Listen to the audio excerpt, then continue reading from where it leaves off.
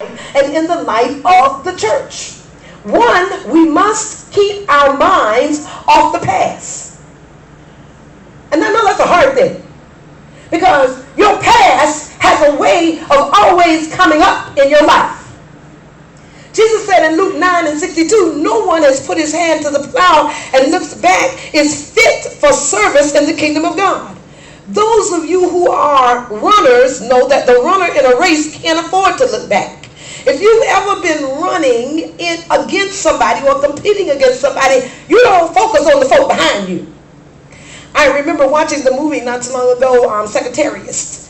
And in watching Secretariat, it was the horse that they thought would never make it. And it became a Triple Crown winner.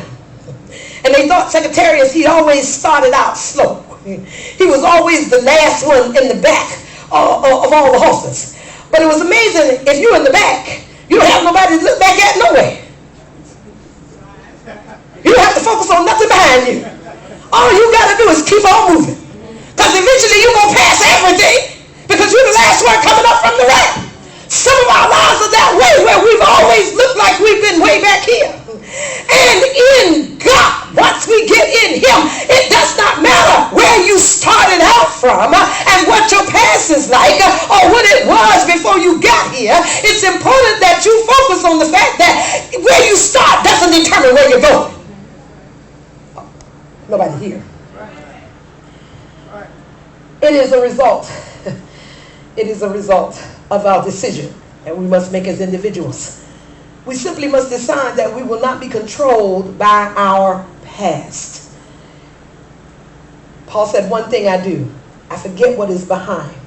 Paul was talking about selective forgetfulness. Some people have selective memory. They remember what they want to remember. Anybody ever been in a relationship with somebody and they asked you to do something and just selectively you forgot because you didn't want to do it? There is something called selective forgetfulness. What kind of things need to be forgotten? I wrote a note on the side after I typed up my notes, I wrote another note on the side, and it said, don't allow your past to bleed into your future. A lot of us allow what was behind us to bleed over into our future. What do you mean? There was a woman by the name of Naomi who was coming up out of the land of Moab. And while she was coming up out of the land of Moab, the word says she had gotten bitter. She said, no longer call me Naomi, which means joyful, happy. Call me Mara, which means bitter. Which means that everything that I've already gone through, I have allowed it to condition me in a different direction for where God has already predestined me. And so many times we take things and allow things from our past to wrap us up, tie us up, and entangle us up to condition us so that we never get into our future. Even when she was coming out of Moab and going into Bethlehem, Judah again for the second time, she was still focused on her past. Some of you are coming up out of your Moab. Some of you are coming up out of your places where you have been held prisoner and captive for so long. And the enemy is talking in your ear and calling you what has shaped you before now. And God is saying to us, do not allow the thing that you came up out of to dictate who you shall become. Because some of us are still allowing what held us, what imprisoned us, what tried to bind us, what tried to hold us, to imprison us, to keep us out of our destiny. If she only knew before she got back to Bethlehem, Judah, what God had in store for her, how He had already set up her blessing to come back, not on the 30, 40, or 60-fold, but a 100-fold return for her life. She would have went in dancing. If you know before you get there, you would go in dancing.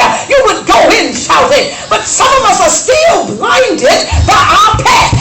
That girl was saying, I lost everything in Moab. I lost my husband. I lost my children. I lost everything. lose some daughter-in-laws. It doesn't make sense for me to get happy about going back to Bethlehem, Judah. And some of you are sitting there saying, I lost everything. I lost my job. I lost my house. I lost my this. I lost my that. And it doesn't seem like it should have happened that way. But if you only realize that God is setting you up. I wasn't supposed to do that. I was supposed to get back up here and stay up here. So going forward, you're not going to let what happened in your past bleed into your future. Because if it starts bleeding over into your future, anything that bleeds through, you know, you ever washed a garment and after a while that was supposed to be black start bleeding over on the white. Then after a while you don't want to wear the garment because it gets ugly. And everybody going to realize that it looks like it faded out and it got messed up. And so after a while you want to cast it to the side. And that's the way we do with our living on a daily basis. Because something from our past has bled through, we stop in our tracks so that we cannot go forward or press on to what God has already said about our lives. Can you hear him calling you? Can you hear God calling you? Can you really hear him calling you? I know you don't hear him. What you're saying, you say, I don't think he calling me, Pastor. He don't know me. He don't know what I came out of. One thing I wrote on my notes is we must forget our failures. All of us have failures. All of us have failed in some way, form, or fashion in our lives. But we must forget our failures. If we look at our past failures as opportunities to learn and grow, that's good.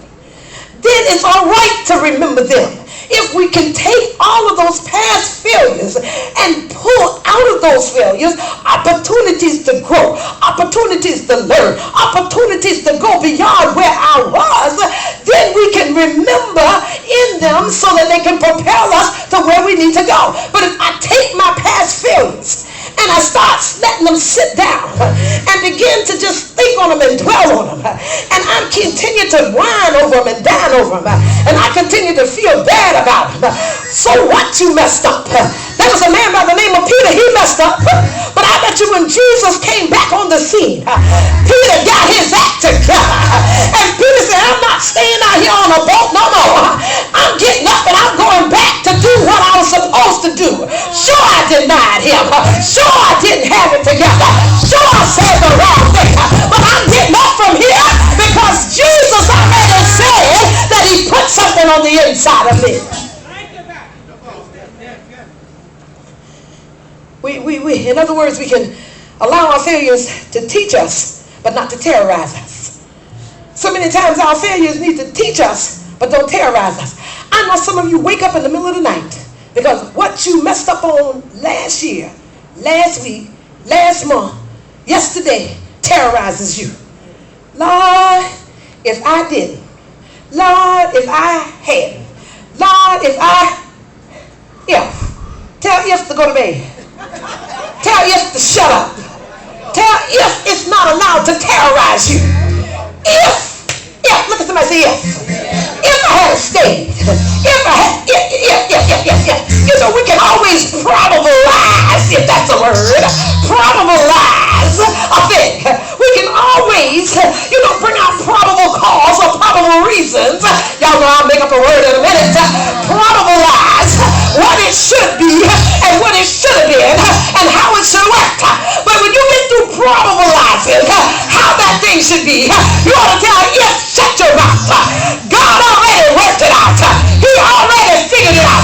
He already got it together for me. And it's not like you think it ought to be. Because if I had stayed with some fools, not nobody else, just me. If I had stayed with the sun trust,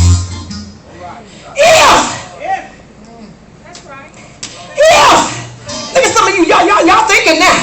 Because if you had stayed connected to some people, so what? I married the wrong person. So what? Oh, excuse me. They will no longer terrorize me in my strain toward where I'm going. I'm pressing on. say pressing on. You might have knew me back then. You might have knew me when. But look at you and say, I'm pressing on. Oh, you got to get beyond where you are and press your way on. Tell the thing that's been terrorizing you that God took care of that in Psalms 91. Oh, if he want that thing out of it. Psalms 91, he said, I will not be afraid of the terror by night. Meaning something was tormenting him in the night season of his life. And in your night season, some stuff tries to terrorize you. Oh.